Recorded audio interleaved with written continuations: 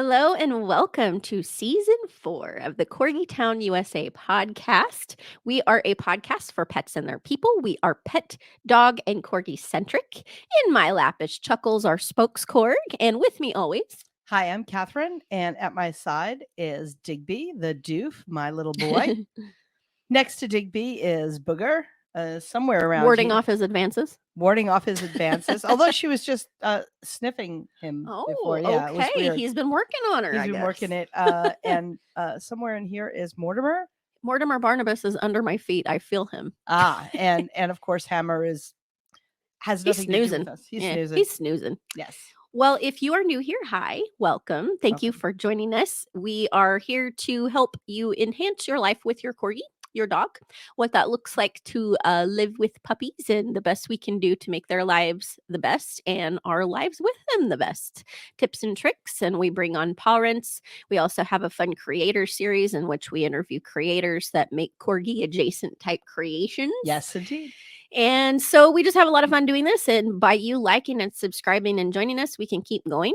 We also welcome feedback. We have a website, corgitownusa.com.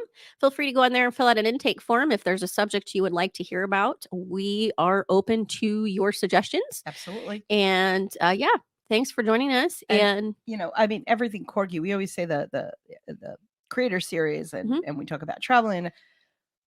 This season we're doing legal stuff, and we're getting deep. We're digging really deep. Yeah. We're spiritual. We're gonna get into some spiritual stuff. Yeah. So all kinds of things. And this one's heavy. This one is very heavy. So I have our Hammer here at the Corgi Committee has degenerative myelopathy. For those who don't know, that is canine ALS, and he is literally degenerating from his back legs up. He has lost most of his ability to walk. He uses a cart or a harness.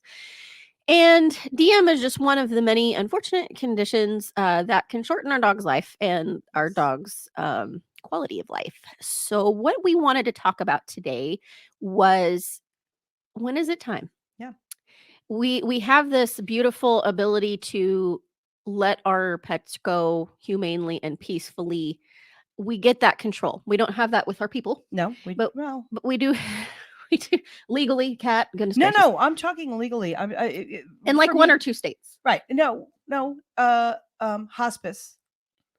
Right, but you don't let them go. You are waiting for them to go. That's different. Waiting for them to go and easing their pain as they go. Right. So Definitely. what we wanted to talk about, because it's always hard to make that decision if you have an aging pet or you do have a pet that has a condition.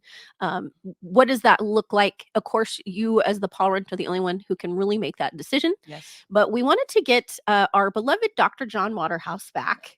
He's actually dealing with the situation right now, but we want to bring him back for some of his perspective. Absolutely. So let's bring him on.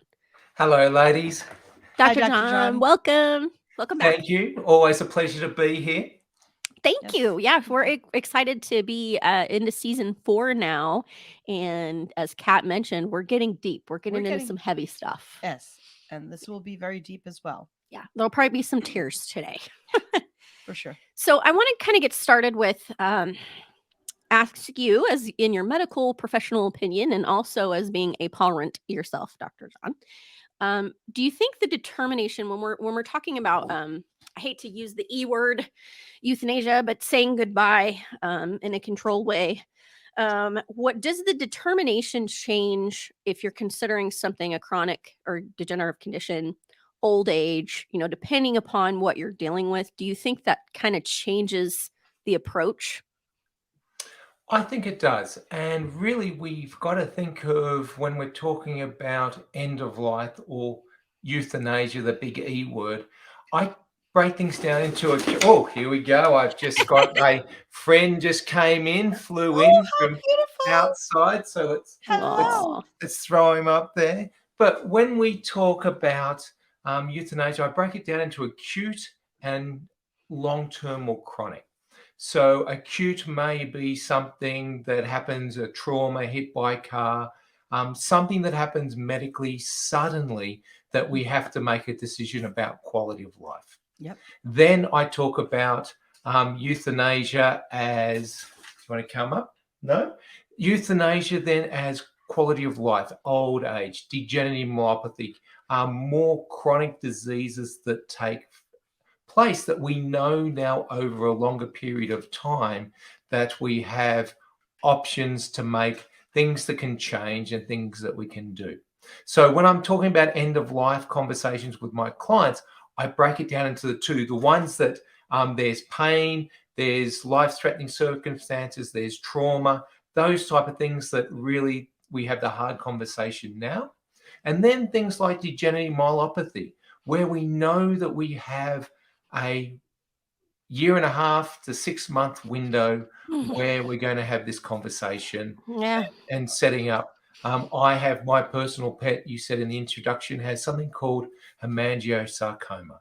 And that's a bleeding disease for a German Shepherd. And we removed his spleen 6 weeks ago, and we saw that he had metastasis. So every day now is a blessing. And we know that now we see that he's now bleeding internally again, but it's a non-painful cancer, thank goodness. And so we know we only have today, tomorrow, a few days left with him. And that changes, and we'll talk about that, what we do and how we love our pets. But they're the two camps that I put this conversation into. One that we need to make a decision now, it's an emergency, and one where we can have that conversation over weeks, months, hopefully years, and slowly build in how we're going to give. And I believe the big E word is the nicest thing we can do for our beloved pets. Yeah. We as humans don't have the ability, know, but we can do that so they're no longer in pain. Mm-hmm. Yeah, I agree. And I've done it both ways. I had my actually my first Corgi, I had to say goodbye. It was old age. He got to where he wasn't happy being a dog anymore. That's the big thing. But I had a little girl named Zelda who had chronic kidney disease and really had no presentations until the end, was healthy, had healthy blood work. It just took her down really quick. And she spent, I think, one day in the hospital, and she just kept going downhill. And it was like, we can't, at a certain point, it was for me and not for her. Yeah. And I'm so sorry that you're going through this with your German Shepherd. Thank you.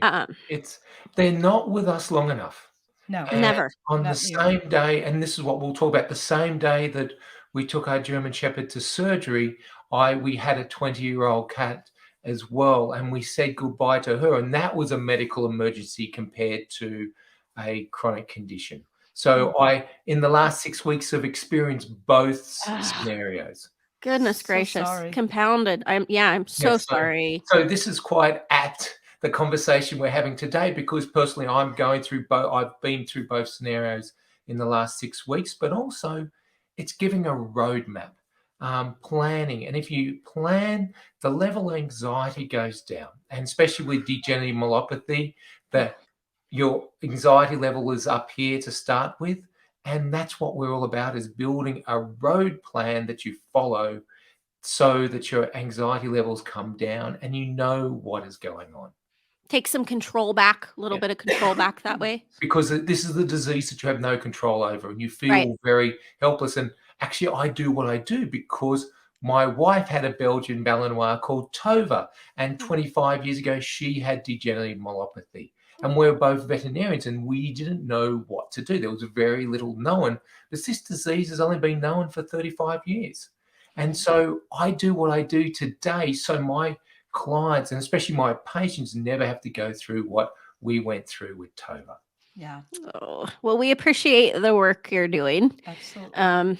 And, again, we're so sorry. But we know that being fellow parents, it doesn't matter if you've studied animal health or not. It doesn't make it any less painful. It doesn't. When you have to say goodbye to your friends. And I think one of the topics that I like that you're talking about preparing and making decisions and having a roadmap. Too often I see with people, and you'll see your friends on Facebook and you can't say anything. It's just now you're keeping them around for you and you're doing them harm. Well, that's why we're having this conversation. And I'm glad we're having this conversation. As hard as it's going to be, listeners, to listen it's a conversation that is something that Right. we all need to have.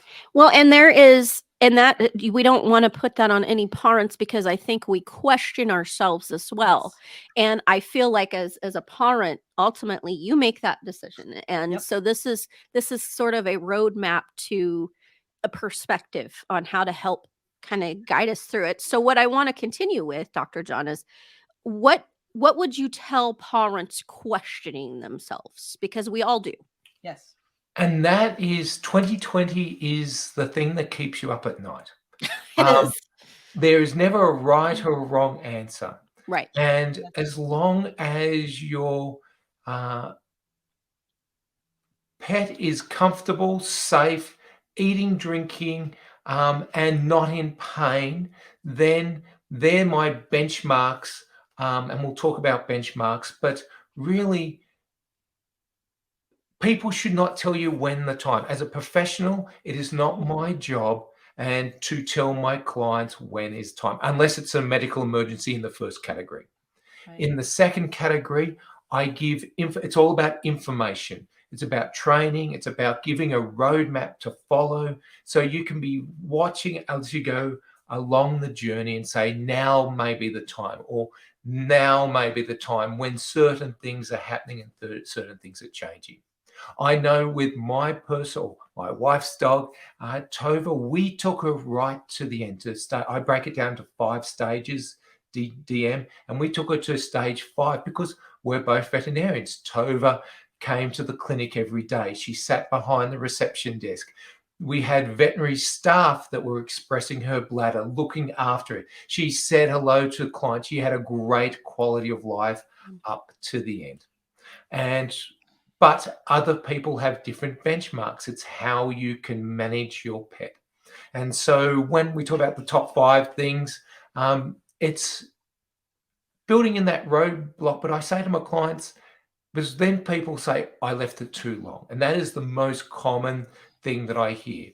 And your pet baby will tell you when it's time. Tova looked at us one morning and you could tell she said, it's time. German Shepherd, you know what I mean, we're at that point where he's starting to look and say, it's now time. They will look at you and tell you, or something will happen and then you have to make that decision. But I know I'm talking around and round in circles, but there isn't ever the right time or the wrong time, if that makes sense. It's what we do in here after the moment that keeps us up at night. Yeah. Yeah. Well, and I appreciate you sharing that perspective because you say, as a medical professional, I can't tell you yes or unless it is acute, as you mentioned, because we always want to ask. We always want to get the vet's opinion. Right. But as parents, that's our responsibility. Yes. So it's my responsibility to, and I know other vets have different Ethics thoughts on this, but yeah. it's my responsibility to give you information, give you guidance, and give you a road, especially with, let's just talk about DM. Talking about DM is giving you a plan. So I talk about the 5 to 10 things to write down. So write down 5 to 10 things that they love. Oh, there we go. Love to do. You've got corgis running around. I've got birds flying around. I love it. 5 to 10 things that they love to do. And it's all about reevaluation. And so every week, every 2 weeks, every month, you pull that list out and you tick off, yes, they're still going to the park. They're still happy. They're all the things they love to do, because there will be a point where you start not ticking those boxes. They can no longer go for their afternoon walk around the block. They can no longer go to the park. And it's quality of life questions. On the same thing, I have another list of quality of life questions for you, the pet parent. Can you lift them? Can you clean them? Can you look after them? Because as they go through the 5 steps of degeneration or DM, they become incontinent. They need to be lifted. They need to be clean. It becomes increasingly harder and harder to look after them and manage them. And that's where a lot of pet parents call the line when they move to incontinence, let's say, or when they move that they have to be lifted and carried up and down stairs, or lifted to do things, because some people physically aren't able to do that. Very true. And so all these factors come and play into when is that time that we say, okay, we've reached that line in the sand, and we as a it's all team dog, veterinary professional, rehab professional, you as the pet parent all agree now is the best time. Because really with DM, there is really no set line in the sand like with other diseases. And that's the thing that keeps us up at night afterwards is, did we take it too long? And my wife and I, we're vet professionals, and we go, did we take it too long with Right. Tova? Because were we selfish, but we loved her so much, we kept it, but she had a great quality of life. But clients would come in and see the emaciation in the back legs, or people would see you on the road with her in the cart, and carts were brand new in those days. And some people were like, oh my God, what is this? And other people like, you're so cruel. How could you keep your dog alive while they don't understand? And that's also the other thing with this question is having a support group, having people around you that understand.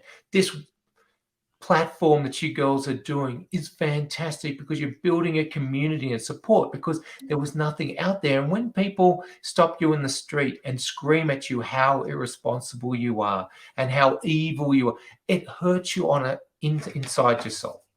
Yeah. And you start questioning where maybe you weren't questioning before, Yeah. like you needed more of that. Yeah. That's and I'm glad that you brought that up, because having a DM dog myself, I've noticed people that aren't in the circle like you are, and some of us pet parents or have dealt with things like degenerative conditions, and your Yes. patients that visit you, if you're not privy to it and you just look as an outliner, you understood you, Royal We, but you're looking as an outsider going, oh, I would just put my dog down if they couldn't walk anymore. Wait a minute. There's a lot you don't understand. Yeah. And it's so incredibly hurtful, for one, to say that Very to a much. parent. Very much. Most people don't say that out of malice. They say that out of their own understanding and their own lens. And that's that they don't understand that dogs don't, and I'm sure cats too, don't have the dignity issues as humans. Right. You know, humans, if we're in a diaper, I'll just pull my plug, but it's different with our pets. Our pets, as you mentioned, if we're able to give them a good life. And I love that you brought up about asking how the parent is faring with care as well, because to me that one's a little bit of a sticking point, because I think the where you draw the line is it's not about inconvenience. No. It's about ability to help them, because Hammer, we're only in, I think, like the first and a half stages, but he's needing more and more care. He needs to be cleaned, he needs to be carried, he needs to be moved, he needs to be physically put in his cart, and et cetera, et cetera, et cetera. And I'm, of course, more than happy to do whatever he needs. Yes. But to your point, that's not so much about inconvenience. If I were in a wheelchair myself, or somehow injured to the point of no return where I wasn't able to, then it does become, again, it is about the pet. If you're not able to, right? Would you say that's a good explanation? And I'm going to say something controversial here now. Okay, drum roll. Corgis are taken out of the general population because degenerative myelopathy mainly affects giant and large breed dogs. So your ability to handle, look after, carry, support, Corgis have a longer life expectancy with DM than other dogs, just because of the physical handling of at the moment, he's 95-pound German Shepherd. I mean, if he had DM, but I'm lifting him up and carrying him up and down the stairs, so it is a lot more labor intensive. Yes. It becomes exceedingly more difficult. Where Corgis in all the studies, actually Corgis have been taken out of the studies of longevity through rehabilitation, the laser studies that Dr. Deb Taraka did, because they would skew the lifespan of the trials outside the range of statistics, just because they live longer, because we can manage them so much easier. I didn't know that. Yeah, that's interesting. Yeah, that's kind of groundbreaking really kind of news to consider that. So we look at all the studies about doing rehabilitation and physical therapy. You can buy, I think it was around 200 days of additional life. The Corgis were taken out of that study because they live longer because we can manage them greater. And on the flip side, dear listener, dear audience, if you can't do it, as Candy said, if she were in a wheelchair, if she were, Reach out to us for resources. yeah, first, reach out to us for if we can help. resources, Yeah. and don't let anybody make you feel guilty. If you're sitting here going, oh, great, so my Corgi gets to live longer because I should be able to pick them up and I can't, or whatever, please reach out to us. We have resources. There are, and what That's has not our to- main point here, right? for sure. Yeah. And just don't feel, yeah. Well, you were talking about benchmarks, Dr. John. Are there, this is such a loaded question to ask, if there are some key factors in making the decision. I mean, you've kind of gone over that with us a little bit. So- And yeah, go ahead. No, I was going to say the key factors really are, there are two parties to this, our beloved pet and also the pet parent. What you physically can do, what you can't do, what you're willing to do. Some people aren't willing to deal with incontinence, with accidents in the house, and that may be the line in the sand they draw. And that is not wrong. There are different things that people can put up with. And also different times where people will say, no, that's enough. My pet can't move around, but also for themselves, I physically can't do that. And that's where a lot of people having a group around them, because they feel guilty that they're not able to help their pet progress that next stage because they're physically not able to do things, or their pet falls down the stairs, or develops a urinary tract infection, or bed sores, or all these other things that cause it to go from a chronic condition to an acute condition now that the decision is made for them. All these things, it is the hardest disease that I dread giving the diagnosis in the consultation room. Mm-hmm. And also it's the hardest disease for my clients to deal with it because there's so many different variables about what ifs, what to do here, what to do there. Yeah. There is no set plan for this disease. I wish there was. We've just launched the degenerative myelopathy info.com website. Okay, it's live now, live and going. Live and going. Perfect. Up, and then we actually have, through the Canine Rehab on Demand program, actually a program to help roadmap and give you information about this disease in a 12-week rehab program that you do at home, and education, because there is no roadmap to this. And this is the thing that I keep saying, keeps you up at night. The what ifs.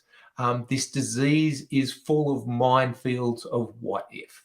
And so that point of where you draw the line in the sand is individual. It's with your pet, and it's also with environmental circumstances that can change. So I say every 2 weeks, pull that list out with the 5 to 10 list of quality of life questions and just reevaluate. And then reevaluate your quality of life questions, even if it's just done once a month. That at least gives you something to track how they're progressing.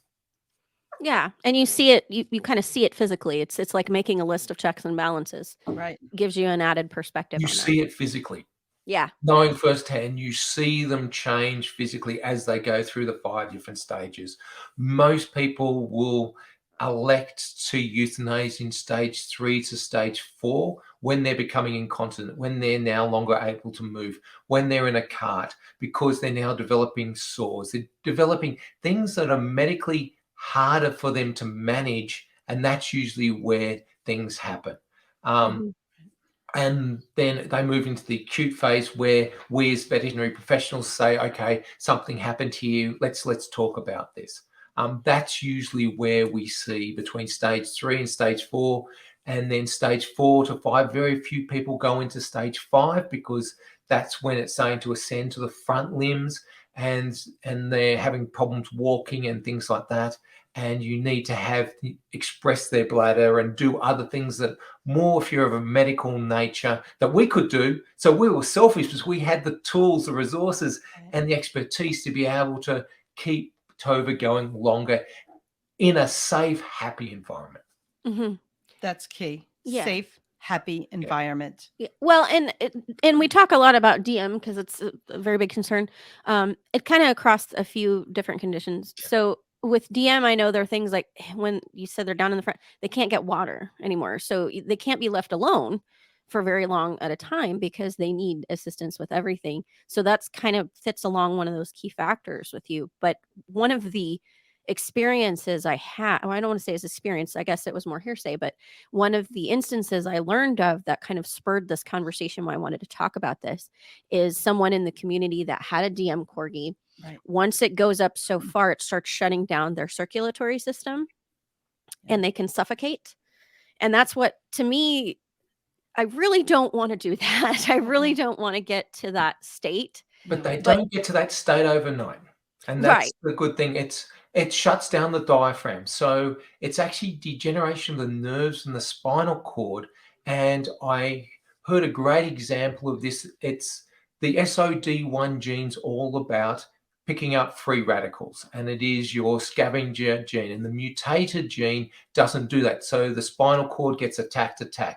And it's like the electric in the wire, you lose the wires, and then after a while, they can no longer walk because you've lost the ability for that signal to go down the wire. Or think of a drain, the drain starts to clog up. You don't get the flow of that information down. Right. And it usually happens between the thoracic third vertebra is where actually the spinal cord is very big in that area. And as they're flopping around, the spinal cord then gets damaged as well. So it's a double whammy. You're causing trauma to the spinal cord and the spinal cord suffering degeneration because of the free radicals that are attacking the nerves and the axons. But that area also innervates the diaphragm. And so as the disease progresses, we first see the most common clinical signs in the hind limbs because that's the longest nerve, and they're the nerves that are more periphery. Mhm. And then the nerves on the inside are more, if you think the body's been designed to protect itself. So you lose function on things that aren't important. If you're cold, all the blood goes from your extremities into keeping your heart and your vital organs going.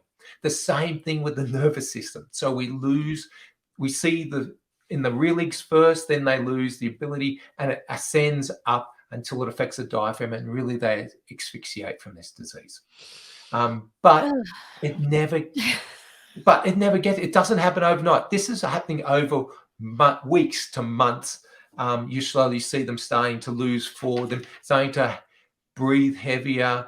They lose the ability to regulate their body temperature. Right. That's why they need water. That's why they need to be kept in a stable environment. All these things, and that's where it comes into, I mentioned, environmental factors, as well as physical factors and their quality of life. So we, with Tova, took her to a vet clinic. We watched her every day. We gave her water. We gave her food. We knew all the things to do to manage her during that time, but we never let it get to that point. When it was getting close to, she's starting to be affected in the forelimbs, in mid-stage 5, we said, enough's enough.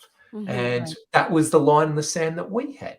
Right. Sure. And so we had a whole plan then, a day of celebration for Tova. And we went to a beautiful park in Sydney overlooking the ocean. All her friends came for a barbecue. We had all said goodbye to her. We had my wife's boss at the time came, and she had a barbecue chicken, and as Tova's eating the barbecue chicken, we said goodbye to Tova. And so also with this, when we're talking about euthanasia, with this disease, you have the opportunity to love them. You only have a set amount of time. My German Shepherd at the moment, we knew we had about 4 weeks to 8 weeks, and that's how this tumor spreads and starts to bleed again. So for the last 6 weeks, we've gone into the mountains. We've gone to all the places he loves. We've done everything for these 6 weeks have been for Kakoa, all about Kakoa's quality of life. And everything we're doing is to give him the best send off that we can, so he has the best quality of life. And that's also, you might see this as a diagnosis of tragedy. Look at it as a diagnosis of, you have a window of a year and a half to 6 months to love, to do. Let them eat what they like and all these things, but do things for their quality of life. Actually, we should be doing it for their entire life, but you now have a window to spoil them rotten. And Yeah. to love them and give them the best quality of life for the longest time that you have them. You're right. That is something to not be Yeah. discounted. We should have brought the Kleenex back We into should have the brought studio today. Kleenex, Yep. I have my Booger, who is, she's also a rescue, and she has so many chronic problems that we can't quite pinpoint what's going on. It's autoimmunity. Her paws swell up. So when we go on walks, she goes in the stroller because she just really can't walk very far in a paw. So that way she gets her fresh air and she gets to be out with her brofers. But she had a growth removed on her tongue and the results were inconclusive and we only had one sample. So my vet advised me, said, if this is indeed oral cancer, you have 3 to 6 months. We can't confirm or deny if it is. So Booger is on, I don't know how long I have her, but now her eye has stopped producing tears. So now we are on eye management. We're on paw management. She's one that this same conversation stays top of mind. Of course, with Hammer, the benchmarks you talk about, he has DM. I have a little bit of a guideline on what to expect and what to pay attention to. Yes. With Booger, it's not as concise. She has a host of issues, and some days she looks miserable, and I think, oh my gosh, do I need to be doing something? But then she also has a lot of days I'm like, it's definitely not time. She's still happy being a dog. So there are other chronic conditions as well, and I feel like, kind of going back to that first question about if it's a little bit different, acute versus chronic, and what does the chronic look like, and do you have those benchmarks? Right. All to be considered. And all chronic diseases, osteoarthritis or degenerative joint disease, invertebral disc disease, any of the chronic diseases, I tell my clients, create the 5 to 10 list check mark of what they, and come back to it every 6 months. Come back to it every year. But on the first of the year, we sit down and we just reevaluate quality of life. I had a pet parent with a gun dog pointer Labrador retriever, and they wanted him to go once out into competition and point and have a great time. And I said, okay, you need to then give me a few weeks. And we put him on all these supplements and we got him out there and he had a great time. And they had videos of the smile on his face while he's pointing at the lures and all of that stuff. And then that week, that was time. But they said, like, we're all sobbing in the room, but he did the thing that he loved the most and he couldn't do it again. And that was the highest thing on their priority, was to allow him, we're all tearing up, allow him to do the thing that he loved. And they knew his quality of life, he couldn't do it. So it's these benchmarks. It's not just for degenerative myelopathy. It's for all our dogs at different levels of what they love to do. We should just have those lists, but also for ourselves, what we physically can do. And I tell to my clients who are elderly, you physically can't do it. This is at certain conditions and that may be where you have the conversation and you say, now time's time. Yep. But that also is the greatest gift that we can give our pets. Absolutely. Is the time that they don't have to suffer on. We've just lost a human friend of ours who had horrible pancreatic cancer. And we as humans have to survive to the end. There's no options for us. Right. And we can give that joy, or not joy, but that peace of mind to our pets, that they don't have to suffer like we have to suffer. And we don't have to watch them suffer. Yeah. I mean, do you think there's any way to really prepare? I mean, sometimes it's coming, right? Like it's coming, to get in support groups, like what you are doing with Corgi Town and giving information, support, and that, because really the trauma of a loss of a pet is the same as the loss of a child. And Yeah. I know that this people are going, oh, no, it doesn't compare. To me, it does. I don't have children, and the loss of my pet, the pain to me, we're still grieving 25 years later for Toby. You see a little photo above me. That's me and my Nalu, and she was my best friend, and that's been 8 years, and I miss her every day. Of course.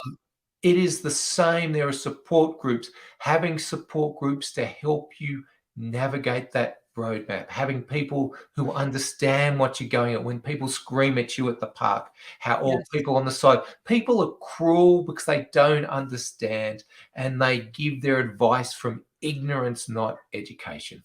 Absolutely. And so having people say, yes, you're doing the right thing, that is very important. Having a roadmap or a plan or some type of education is the best answer to anxiety and confusion. And having education, understanding the disease, understanding the different steps of the disease, so you can track as you're going, you feel you have some control. Mhm. Having no control, just the hurt, the frustration, the anxiety, the fear, all these things just bubble up. And then you look at your beloved pet companion who's going through it, and you can see in their eyes, they can comprehend something's going on, the embarrassment in the morning that you can see when they've defecated through the night, but they don't understand why. Mhm. All those things just compound, and that's actually why we do what we do. So my clients never have to know. We went through all those because there was no support. There was no understanding of the disease. We brought the cart from America and had it shipped, so we built it. We were pioneering what it was. All our friends are the specialists. There was no knowledge. Things have jumped leaps and bounds in the last 2 decades. Yes. And the support out there. And I never want my friends, my clients, my colleagues, my patients to know what we went through with Tova. No. Well, I'm sorry that you had to go through that. We just had a guest on where we were talking about change happens through suffering, and unfortunately, what you went through with Torah, all that happened.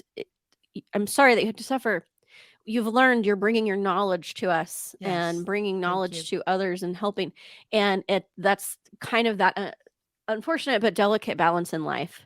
Is out of suffering comes education that helps alleviate some future suffering. And that's it. And that's my whole goal is to be of service.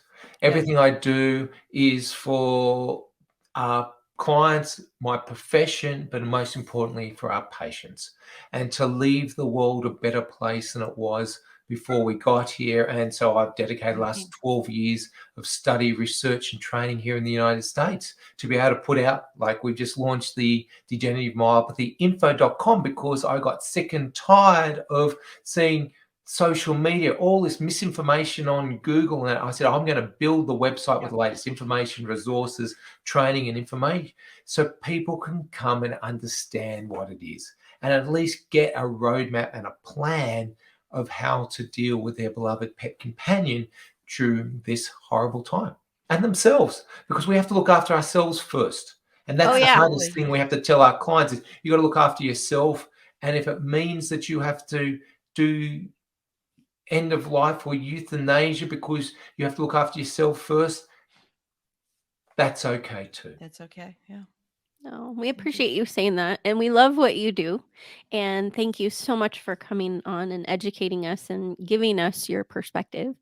And I will drop in the comments, in the description box of both the YouTube episode as well as our audio episodes on if you want to learn more about what Dr. John does and about his programs. As we're talking, Dr. John, do you want to go ahead and tell our audience about your websites?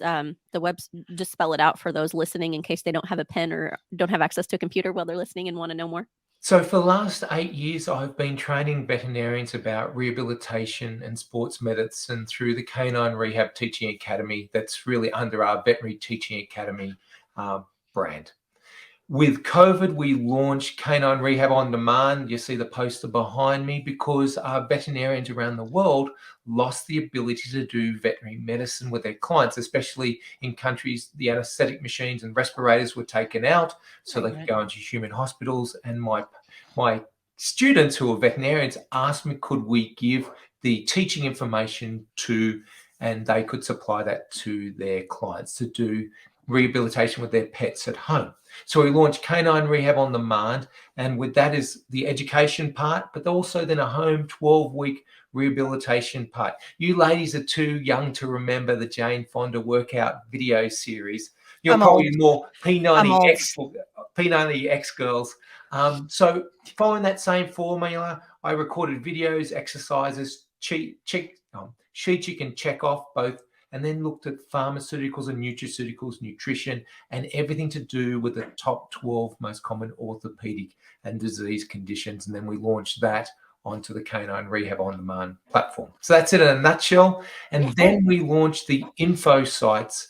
So degenerativemyelopathyinfo.com as an educational resource to try and give links, resources, and tools so veterinarians can send clients to, but also clients can find and get good quality information from a reputable site. And I'll leave it at Excellent. Yes, thank you Yes, so much for thank you. that. And we aren't going to keep you all night. We are going to let you get back to your very important work. But again, we can't thank you enough for coming on and sharing Yes. and being a repeat guest. We definitely cherish you and your work and what you and your wife are doing. And our hearts go out to you for the loss of your beloved kitty and what you're going through with your puppy right now. And having a game plan allows you to do it nicely. And we knew Yeah. what we're going through with Keikoa, and we know as every morning we reevaluate. We have been able to do medical management of him to get him to this point. And so, but that's once again, we have the veterinary expertise to be able to help him through this bleeding disorder. But we set lines in the sand as well for our own pet. And so when he comes to that line and we think that's coming the next day or so, we know that we have made the correct decision. Indeed. And that takes the anxiety level down, because also our pets know that when we're anxious, they're anxious, and they don't understand why.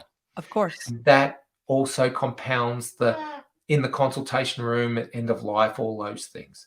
Also, I'd like to say, see if you have home visit options in your city. Yes. Having people come to your house, doing it or in an environment they love to be in. The vet clinic is great, but it's also very sterile and everyone's on edge. But looking to see if your veterinarian will come to your home, come to an area, come to somewhere where you remember the best time and you can go there and grieve. And so that's also very important in the grieving process is if you have those options available, they are a great option, because it's hard to go back to your vet clinic and grieve in consultation room number 4. You have a place in the woods, their special tree, their special park, that special your house. You're doing it in a loving environment where your pet feels happy and not anxious, but also in yourself, you feel like you're giving love. And that's another tip that I give as well, because in this day and age, we now have mobile vets, mobile services that will do that. They do. Yeah. Thank you for sharing that. That Thank is you. really helpful. And we hope that you have a great evening. We'll let you go and let you get back to your important work. Thank you so much for sharing. Thank you. You're welcome. Do you want to say goodbye? Bye-bye. Bye. So beautiful. It's really pretty. Really pretty. There's a little birdie on screen for those listening. Dr. John has a co-host Yes. on his shoulder. And just an amazing shade of green. Yes. Beautiful. Yes. Absolutely beautiful. Well, thank you both so much. Have Thank a great night. Have a good night. Yes. Bye bye. Dr. John. Bye. Well, we hope that you found this episode enlightening, that you enjoyed the information. Dr. John's always so helpful. And definitely check out Canine Rehab on Demand and the degenerativemyelopathyinfo.com. Those websites, I will drop those down in the description box. And if you are dealing with this, you have more questions, you want to have the conversation, feel free to reach out to us, corgitownusa.com. We do have an intake form. We will try to get back to you as soon as possible. We will be glad to help you have the conversation. We'll be glad to lend support, resources, however else we can help you, because we are pawrents as well. Yes. We go indeed. through this. We all face this, unfortunately. We're masochists. We do it over and over again. Over again. But thank you so much. We're here for you every Thursday, all things corgi and pet lifestyle. Candy, Cat, Chuckles, Mortimer, Booger, Hammer, and Digby. We'll see you next week. Bye.